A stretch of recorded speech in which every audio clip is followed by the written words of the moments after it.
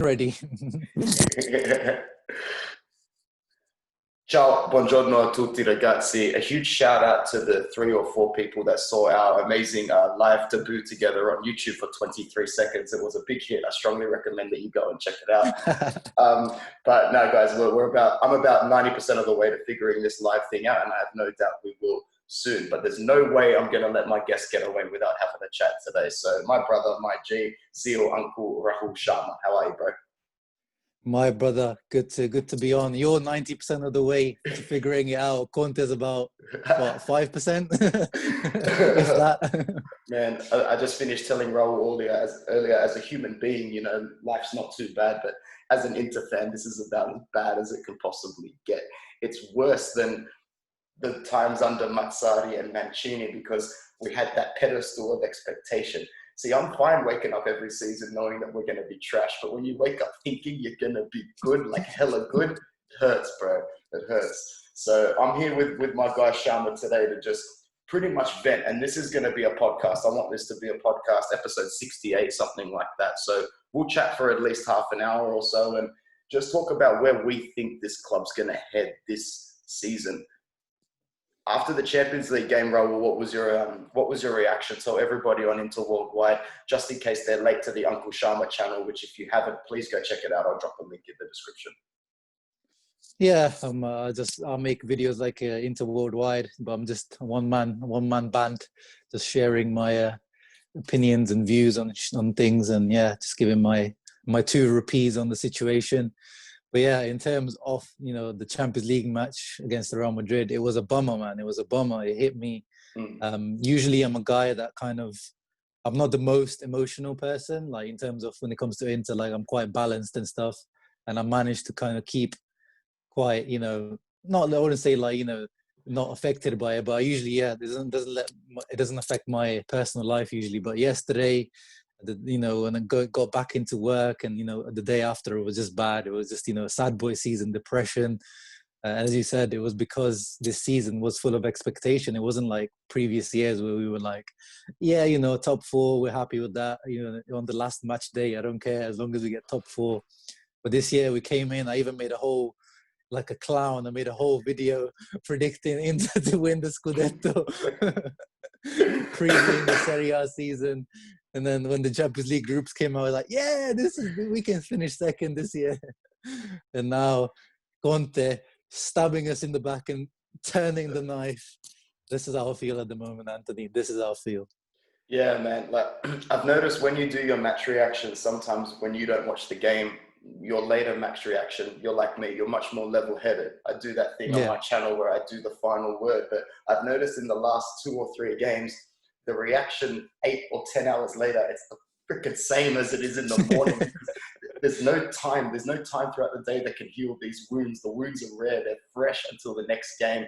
And looking at the fixtures that we've got coming up, the only saving grace I will say is that if we were to completely go out of the Champions League and we win the next maybe 2, 3 or 4 games on the bounce in Serie A, we're still in perfect Conte position for him to run away with this league. When you look at the table and look at Inter and Conte, it would really take the most anti-Inter fan to look at it and go, Inter's dusted.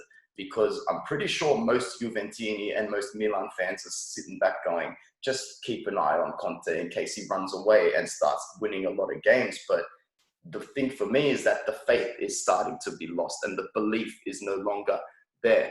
You know, when you look back at Conte's reign at Chelsea, at Juventus as well, he's been able to grind out and get himself some sort of accolade no matter what. I'm pretty sure he won the FA Cup just as he left Chelsea, didn't he? I think he beat Manchester United 1-0 in the final. Yeah. So that was the second season when everything fell off, but he still managed to win a trophy. Yeah, Hazard got a penalty in that final. I remember watching it, but like that's the thing that surprised me so much with Conte. We saw him overachieve with Italy in 2016. I don't know where this stereotype of him not being good in Europe or being good in competitions comes from, because he got to the final of the Europa. He won the FA Cup. He overachieved with Italy in Euro 2016. It seems like he's really reserved his disaster class for Inter, and Inter more specifically this season. Like, bro, where do you see it turning around? Do you see it turning around?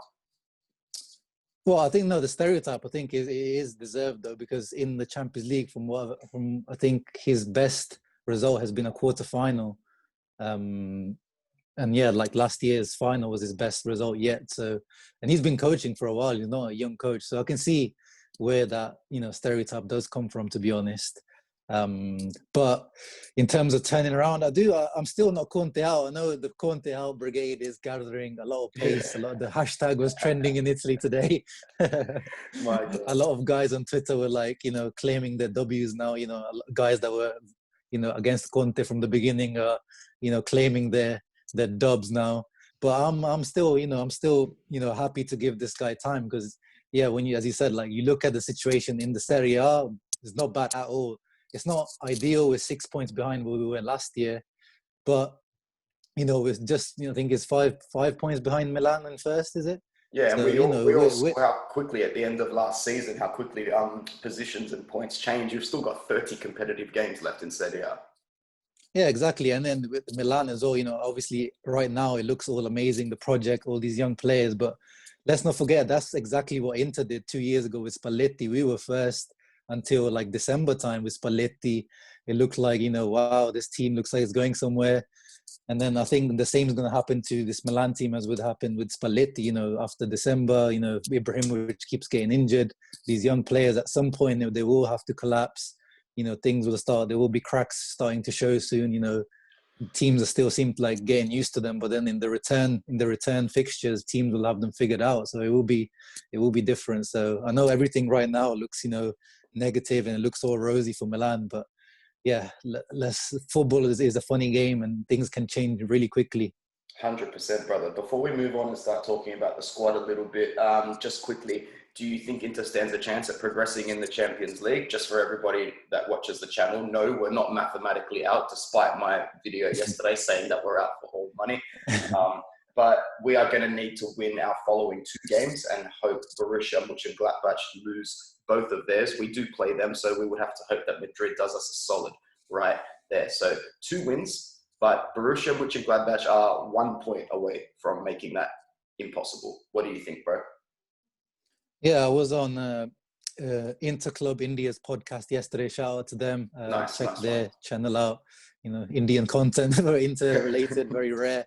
Cool. But yes, I don't know. Yeah, I'm the same as you. I think we're out of the Champions League because, again, like every year, we're relying on other people's results, and when you do that, it's not going to work out because Mönchengladbach are like playing their heart out at the moment.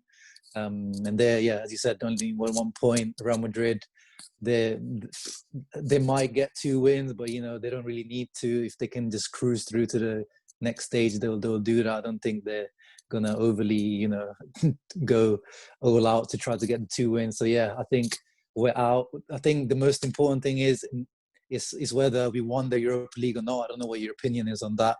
Personally, I'd rather go out this year. I'd rather finish 4th and just, even if it is embarrassing, I'd rather go out and just have the Coppa Italia and Scudetto to focus on. What do you think?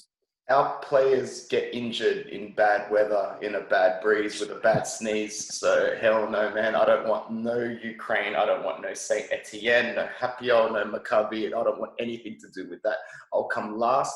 I'll take last spot and I'll take domestic football for the rest of the season, bro. In the current climate that we're in with COVID, it will probably cost you more to travel throughout the Europa League than it will to make revenue back at the moment. So that factor's done. And the only other X factor would be win a trophy. But my goodness, that Europa League, bro, round of 32, round of 16, that competition really only becomes relevant for a team like Inter in the semi-finals and the final. Yeah.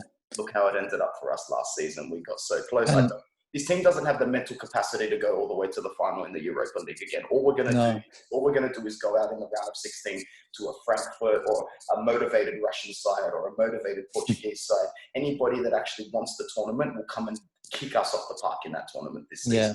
That glitz and glamour of winning a B-grade European trophy, we had our shot at that last season and we blew it. So we need to move on and just focus on domestic silverware this season. And it was a mini tournament last year, and that's why we did so well. It was Serie A was out of the way, and we had just like it was like a little mini World Cup where we just focused on that. Yeah, so this year is not going to be like that. No, the motivation was different, and with every single game, we became more opportunistic and more, you know, more heightened at the fact that we could bring home that Europa League trophy. But yeah, as I said, that glitz and glamour has faded for me, and we're gonna have to focus on just winning something in Italy this season. So for me, I would share Uncle Sharma's sentiments there. Last or bust, to be honest, man. Last or, you know, somehow scrape second. I don't want no Europa League again. Let's talk a little bit about our match, which I just checked, bro. I can't believe it. It's in, damn it, I have to watch Inter play in like soon. It's 1 o'clock in the morning. 1 o'clock in the morning tomorrow. It's 8 a.m. now on a Saturday. Oh, fuck. Yeah, I didn't realize it was that soon. I thought it was at 1 a.m. Monday morning. I could sleep through it, but my body won't let me sleep through a Sunday morning game. I'll be in bed and I'll just be like, it's time, surprise, here we go. So I have so much respect for you, man, how you managed to do that. Shout out to you and all Australians out there that do that. Me and a few other boys, we've legit tried this season to not watch games. And when I say try, I mean like go to bed, sleep through it, like go to bed like 4 hours before the game. So we're in REM sleep. So like even the body clock can't wake me up. But no. Body and Inter have different plans. We come up against De Zerbi's high-flying Sassuolo, who play fantastic little touching football. They like to keep the ball. They like to move it around. They like to push themselves up. I said this to Samir yesterday. He's like, oh, dude, I'm Samir. We're going to lose 10-0 to Sassuolo. Conte out. I'm like, you know what's going to happen? Sassuolo's tactics are going to play into the hands of Conte. We're going to win this game comprehensively. And then the vicious cycle of Conte in, Conte out is just going to repeat itself every fortnight until like March or something like that. So it's like ripping off a Band-Aid really slowly, man. It's not going to happen. So I'm actually going to go against the grain and say that we see a reaction from Inter here. Will I be surprised if we lose and don't see a reaction? Hell no. But something tells me that these players are not completely done. There's a lot of pride and a lot of ego that comes with being an elite athlete and an elite footballer. Your players like Bastoni, Barella, De Vrij, Skriniar, even the clumsy Arturo Vidal, Romelu Lukaku, like these players aren't going to look around the dressing room with a manager like Antonio Conte with 30 games left and go, oh, I'm sick and tired of this shit, let's go somewhere else. So I do think we're going to see a reaction from from Inter against Sassuolo. Overall, before we look at who might be in the lineup, what do you think, Raul? And just forgive me, I'm going to duck out for 10 seconds to get my charger. Yeah, no worries, man. So I just think in terms of the match, I think a 2-2, I'm predicting like a 2-2 draw. The Sassuolo in such good form. They're, you know, our bogey team. They're, you know, I think from what I read, we've got like 2 wins in 10 matches or something like that against them. So yeah, I think we'll see a reaction, but that's what I want to see as well. Like I want to see the players have some sort of, you know, fight, show something, because I don't care. I mean, not that I don't care about the result, but I care more about the performance this time. Like I want to see that the guys are still behind Conte, they're still fighting for Conte. That's what I want to see, because that's, you know, the most worrying thing for me has been how we start matches. We started so lethargic, and even against Real Madrid, when you think the boys would come out firing, they came out, you know, like it was 11 João Marios on that pitch, you know, soft and, you know, little wimps. So that's not what I want to see. I want to see the guys go out there and attack and, you know, press properly like a Conte team would. But yeah, I'm predicting a 2-2 draw. I guess I'm like halfway negative and positive. That's a good prediction, man. That's probably the most accurate prediction that you can get from these two sides. I would like to see us play against Sassuolo the way we played against them for 75 minutes last season when we went to their ground. I think we had them 4-1 on the ropes, and then, you know, the defense decided to pack up their luggage and pack it up in the dressing room with 15 minutes to go, and we had a little bit of a scare. But, you know, we can beat these sort of sides. Inter tend to struggle against sides that sit back, and which is why, again, I was so disappointed with the match against Real Madrid. You could put 11 potato sacks from a Real Madrid convenience store on the pitch, and because they're Real Madrid, they'll attack you no matter what happens. Real Madrid were there for the taking, but they came to San Siro yesterday and went, nah, man, it doesn't matter how injured we are.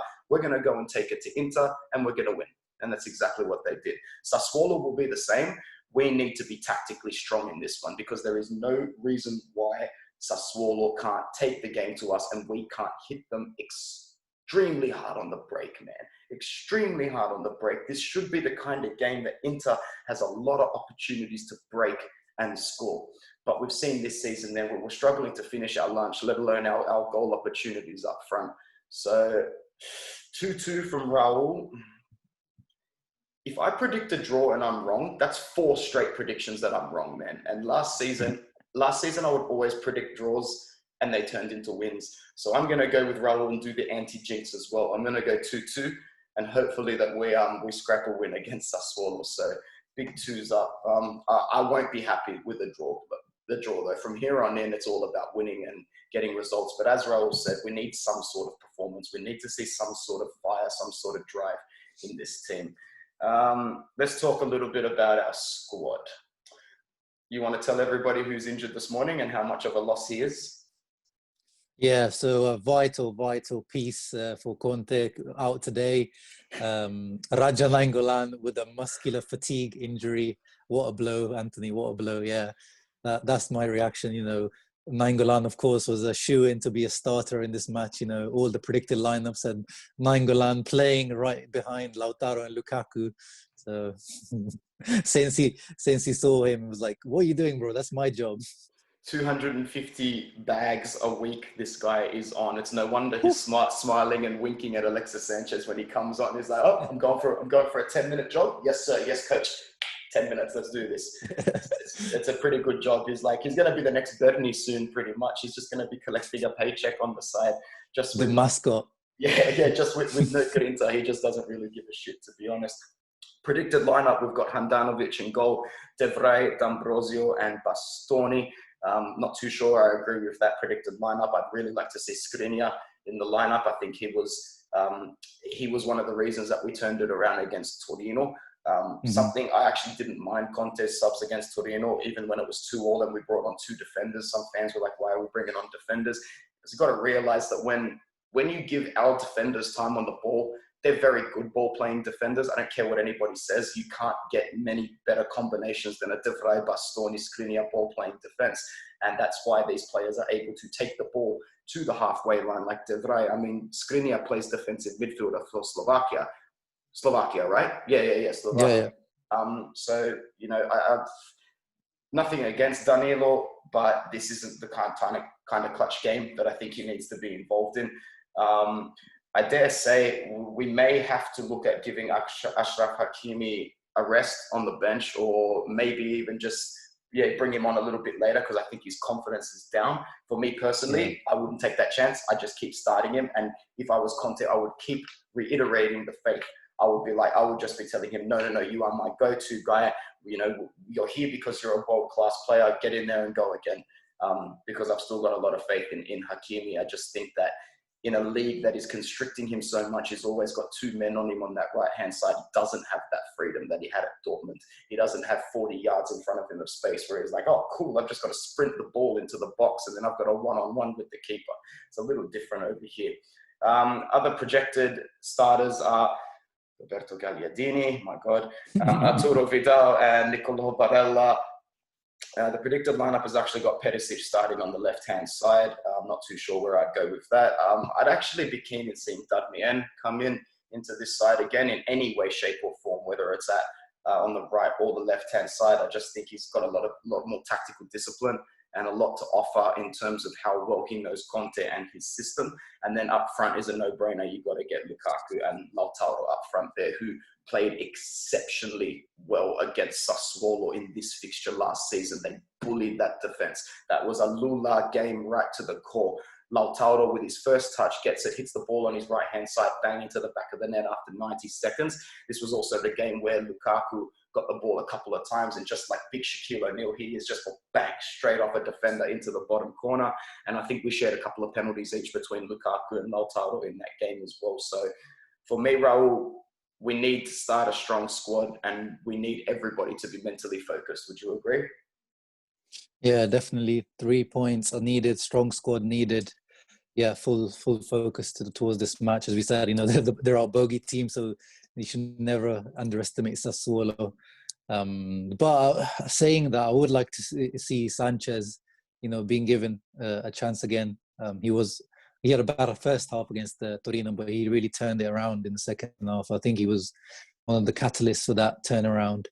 But it seems like he's more of a CAM now. You know what I mean? He seems like he doesn't have that goal threat about him anymore. He hardly ever shoots now. It's almost like he's forgot how to shoot. Yeah, but when he comes deep and starts picking passes, and he's the one who links up with Hakimi the best from what I've seen until now. So I would like to see Sanchez basically doing the job that we thought Eriksen would do. If I speak, I'm in big trouble. Well, I can't let you go without at least talking about it a little bit. The whole Eriksen situation, man. I'm telling you right now, I think I've got the answer. I think I've got it down packed. We were never going to keep this guy. This was your classic asset flip. This is your Beppe Marotta going, that's a really nice antique piece of furniture. I know someone that's going to want that piece of furniture for double the price in about 9 months' time. Let's go and buy that.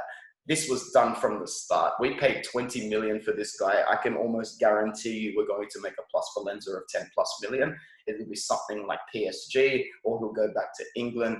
For me, it's done because the whole Conte not playing him is just another scapegoat reason. I think this was written from the start, from the board of directors, from everybody in charge of the books and the finances. And then COVID hit, and it was just the next straw that broke the back. So Christian Eriksen's going to leave for a plus Valenza probably in January. What do you think?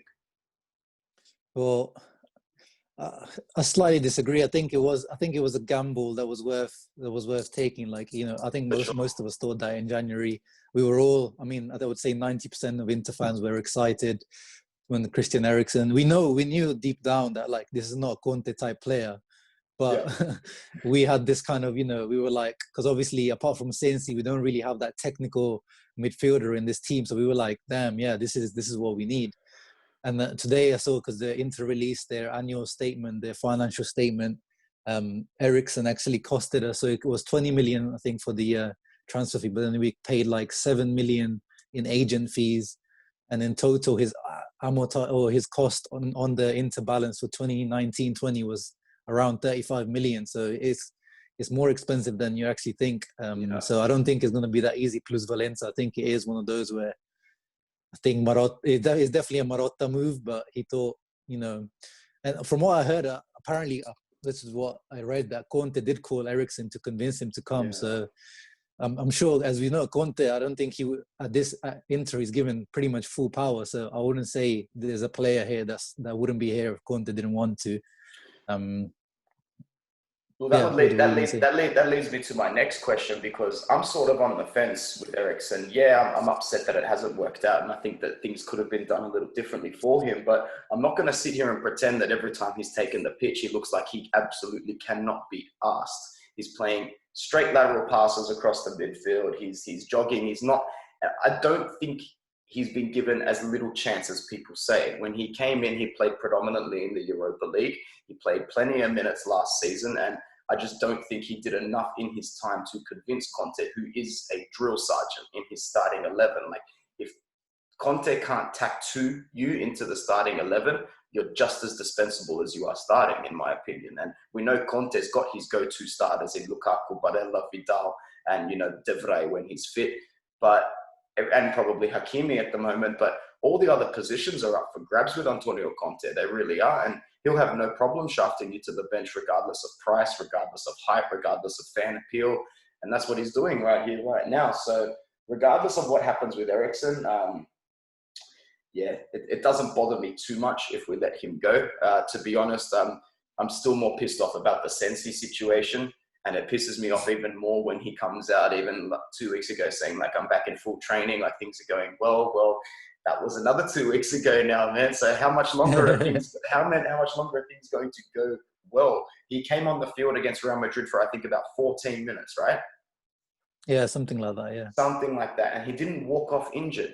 Trust me, I was looking at him, only him, as the game finished. Yeah. I was on panoramic Sensi cam. I'm like, no, that's a good stride. That's a good walk. That's a good sip of the water bottle. Like, no one's hurt now. So if he's not available for Sassuolo or for any of the Serie A games coming up, it'll only come down to re-aggravation in training, in which case you've already said, like, what is Conte, Pintus, and the team doing in that training? Because we tend to get a lot of injuries that come from training. I remember last season, players would walk off fit, and then midweek you'd hear from muscular fatigue or thigh strain or something like that. So I don't know. I guess we'll see what happens with Sensi. But what's your thoughts on Stefano, man? Yeah, I mean, I think every single Inter fan loves him like to bits. He's such a, lovable player. He's like a little, the little Sensi, the little Iniesta, whatever, everyone calls him. But yeah, it's just a shame. I don't know if we had that. It was like a gentleman's agreement that we kind of had to buy him from Sassuolo.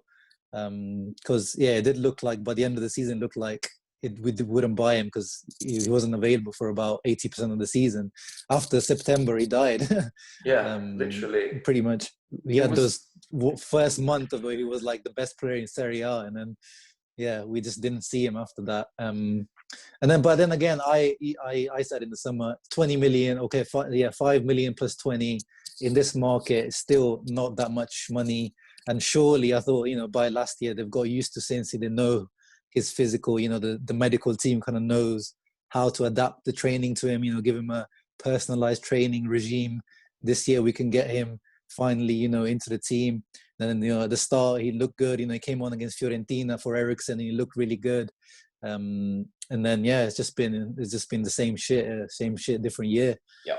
But I'm happy to give him one more chance. Obviously we haven't got much choice, to be honest, but let's see. Maybe they said that this time they really adapted the training methods for him, and we'll see. I'm really hoping, crossing my fingers, that this guy, because if he is available, he is such a vital component to this team. Let's not joke. Let's joke around. Even for Italy as well, he became an important player. So for the Euros, for Inter, we need this guy. 100%. After Sassuolo, before we go, we have Bologna and Cagliari, and that's what I want to reiterate to Raul, to everybody else. 3 dubs, 3 wins, 9 points. We're not in the running for Serie A. We would go back to almost being the favourites to take out Serie A. So context goes a long way. So it's up to Conte and the boys to repay the faith, because as Inter fans, we are hopeless romantics, bro. Hopeless faithful. It's pathetic. It's absolutely pathetic, man, how much we are in love with this club. And we need to see some sort of reaction, man. There's 30 games left in the Serie A season. It's almost like it's match day 1 still, to be honest. So let's just go out there and let's beat these Serie A teams, man. Let's show the world that Inter had a great season last year and we're not done yet. We're not a one-season wonder under Antonio Conte. Yeah, man. Yeah, this is the season where we expected improvement. And the guys on the Inter Club India podcast were saying that maybe this season we're doing it the other way around, because usually we start off like, madman. And we're doing that in matches as well. We used to start off like crazy, and then now we're like finishing stronger. So maybe this year we have a crap start, and then maybe this might be the year where we don't fuck up in January and February like we always do. Yeah. So maybe this is the one year where things are changed, the dynamic change, where we finish stronger rather than finish with a little whimper like we usually do. Yeah, and not only in the season, just in the terms of every single game in 90 minutes. I remember last season, I'd be rushing to turn the game on 1 minute before it starts, because I'd be like, I don't want to miss the goals. I know we're scoring in the first 5 minutes. I don't want to miss this. And now I'm just trying to drag it out as much as I can to like minute 85, because, we might score 2 goals in extra time and then I'll just be happy. So we'll see what happens, man. But Lautaro had that record, didn't he? Like it was some crazy record that all of his goals came in the first 30 minutes or something. Yeah, I think he had at one point early last season, he had the record for the fastest goal in Serie A, which was the goal against Sassuolo, something like 64 seconds, 70 seconds. And then he also had the record for the Champions League at the same time for his strike against Barcelona. So look, I'm a big Lautaro fan. I do think sometimes he can make some childish decisions in the game, but there is no reason why this guy can't be coached to the level of a Sergio Aguero, in my opinion. He's reached a little bit of a mental plateau in his game, but that's because he is still young and he needs that guidance. He just needs that guidance. I think Lukaku is a great mentor for him. Contrary to what a lot of fans think about Lukaku, I actually think up here he's tough as nails. And I'm very, very happy to have the guy in our squad. And I wouldn't be opposed to him becoming the next captain, although I do think that should be a job reserved for somebody else. But that's a conversation for another podcast. A conversation that's not for another podcast, and we're going to finish on this one. Batmanovic, where does Uncle Sharma stand? Oh, good. Here we go. Nah, it's the guy's dusted, man. There's no other way to say it. I'm sorry to say it. I'm sad that he's not won a trophy with us. He deserves a trophy. Let's not shit on his 9-8 years or whatever he spent with us, because he was probably our best player in our darkest moments. He was. But primarily since the lockdown last year, he's been on a downward spiral that's quite worrying. He's become really good with the ball at his feet, weirdly. Like he's so good with the ball of his feet now. But the memes and the all the jokes are real. Like it's not a joke anymore. He does, like, even against Real Madrid, we saw that that Vasquez shot that hit the post, and you were like, where else do you expect the shot to go? Man, it was just it's nothing personal against him, and this is what I try to explain with fans. I'm like, you guys are trying to make excuses for physiology here. Like, the dude's prominent characteristic as a goalkeeper has to be reaction time. The older you get, the poorer your reaction time. This isn't something that I'm picking on you, Handanovic. I'm just picking on biology here and your age. There's a reason Buffon is quite possibly the best goalkeeper of all time. Man, Juventus don't want to start Buffon. They start him in the wasteland fixtures, bro. He's there to just eat up bench. You need a goalkeeper. We need a new goalkeeper, bro, and I wouldn't be opposed to Radu starting way more games than Handanovic until the rest of the season. I know a lot of fans are huge supporters of young Deki Stankovic's son, who's our third choice goalkeeper at the moment. I'm pretty sure. Is he third choice? Yeah, because they're. Oh wait, he might. No, Padelli's third choice. He's like fourth / Primavera. So. Exactly. So he's our Primavera. Padelli is our third goalkeeper. And no more Bernie, but that's okay. I'm not a huge loss. Legend status. But yeah, so I guess Uncle Sharma shares the same sentiments as I do about Handanovic, and I think most of the Inter community is starting to realize, thank you. Was he as good or better than Julio Cesar? That's a debate that people could make for different variables, because for me, for goalkeepers, I don't necessarily base it on how much they win, because a lot of the time the winning is done without them having to lift a finger. As brilliant as Manuel Neuer is, there was probably a good 3 years where he could have had a steak and salad in goal in the Bundesliga and wouldn't have had to do anything. Whereas David De Gea spent a good 4 years taking an absolute bulldozer to his goal every single minute of every single game. And, that's the thing for Handanovic. I think Handanovic being involved in the banter era under Mazzari and everybody else, I think Handanovic had 3 times more to do than Giuliano did. So I always like to keep that in my head. And that's why I'll always respect him as a world-class goalkeeper for Inter. As Raul said, it's really disappointing he didn't get to win a trophy for us, but I don't think that's anywhere near his fault. I think that we can point the blame at other people and characters in the club for that. My brother, anything else you want to vent on Inter Worldwide before we head off? Probably not, because as I said, we've got an Inter game in like 17 hours. Fantastic.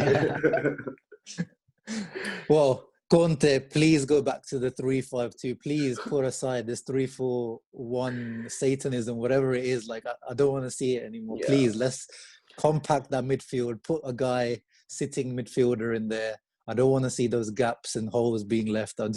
Please, let's just go back to basics. Let's go back to what we were doing last season.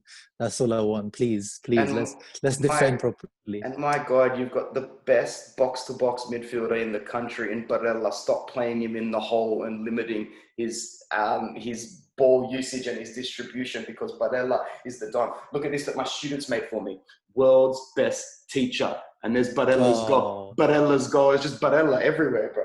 Because they know. That's what I talk about. The Barella FC. That's president it, of Barella FC. That's it, man. And, I think some of these matches recently have also highlighted we can waste on him all he wants, but Brozovic makes that engine tick in front of the defenders. So I think if we were to insert Brozovic back in this lineup, we'd probably win 3 out of 3 matches in the next Serie A with Brozovic, Vidal and Barella. Even Brozovic, Gagliardini and Barella. I don't care, man. Play Barella in his right position. Play Brozovic in his right position. I think things would actually improve play a lot. play players in the proper positions. that's the basics, Conte. Imagine that. But yeah, we'll see what happens. Do you have any idea when he's returning? Because his is a COVID situation. Yeah, he got negative today, so he's gonna make the squad, but he won't start, I don't think, because he's probably not trained over the last few days. But yeah, he's back. That's good to hear. You can almost guarantee him a starting spot in the next Champions League game or the match against Bologna next weekend. He'll be there against Gladbach, yeah. All right, cool. Well, today was still a good day in terms of results. We didn't get a W on the live stream, but we got a draw, and we'll work through that draw, and we'll get the W next time. But next time. But I'm just happy to be able to talk to you, bro. So thanks for joining us on Inter Worldwide, and we'll speak very soon. Make sure to leave a thumbs up and subscribe, boys. And of course, check out the Uncle Sharma channel. It's my go-to. I don't think I click on anything any quicker than I see it. I tell my class to shut up. I'm like, no, just 1 sec, guys. All right. So you guys, welcome back. So from all of us here at Inter Worldwide and from Uncle Sharma, Forza Inter, let's go. 3 points against Sassuolo.